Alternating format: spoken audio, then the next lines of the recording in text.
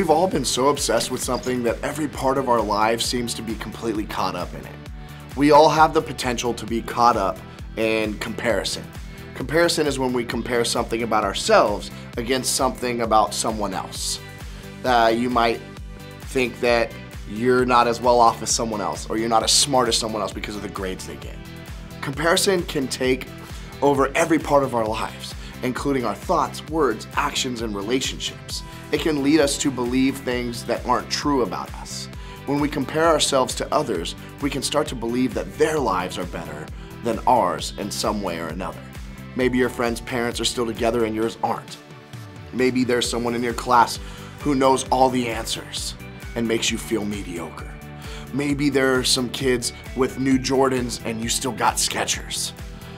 You have a friend who they have their own room.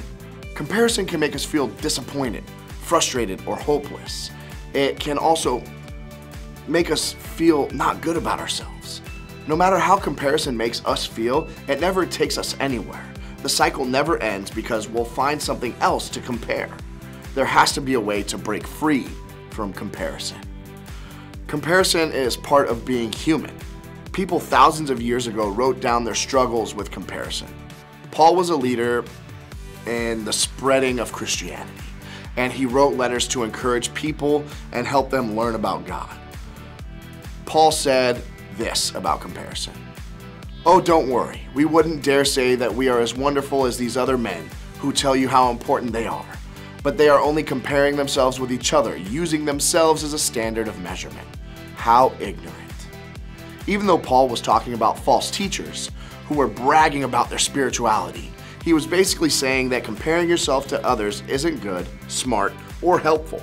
Paul wanted us to know that when we compare ourselves to others, we're going to get caught up. Paul continued, "When people commend themselves, it doesn't count for much. The important thing is for the Lord to commend them." The truth is that comparing ourselves to others doesn't matter or count as much. What matters is how God sees us. We can break free from comparison by looking to God for the worth and value and identity that we need in our lives. Because God designed and made us. God doesn't need to compare us to anyone else. The way that God sees us is shaped by the love that He has for us. When we get caught up in comparison, we can remember that to God, we are always enough. God doesn't compare you to others. There's just one more truth that I want to share with you that I think can help us here. It's some wisdom from a book called Proverbs. It reads, "Guard your heart above all else, for it determines the course of your life." Comparison starts in our hearts. So if we want to avoid letting ourselves get caught up in the negative parts of comparison, then we have to stop it where it starts, our hearts.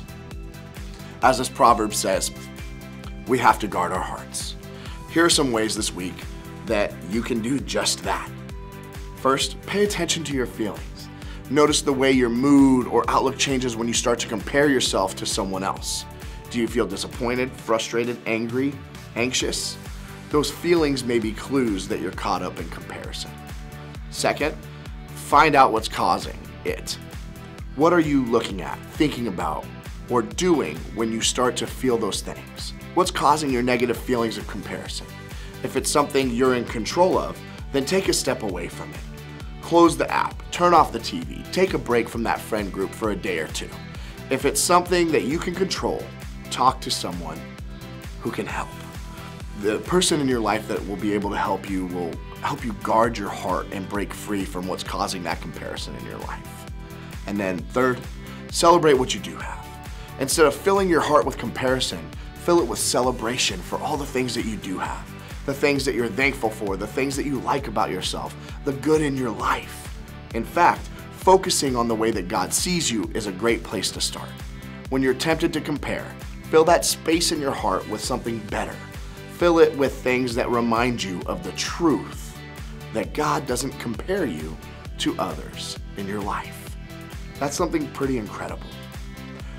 Every single one of us struggles with comparison in different areas of our lives. As you do, I want you to think about this question. What's one area of your life that you tend to compare yourself to others.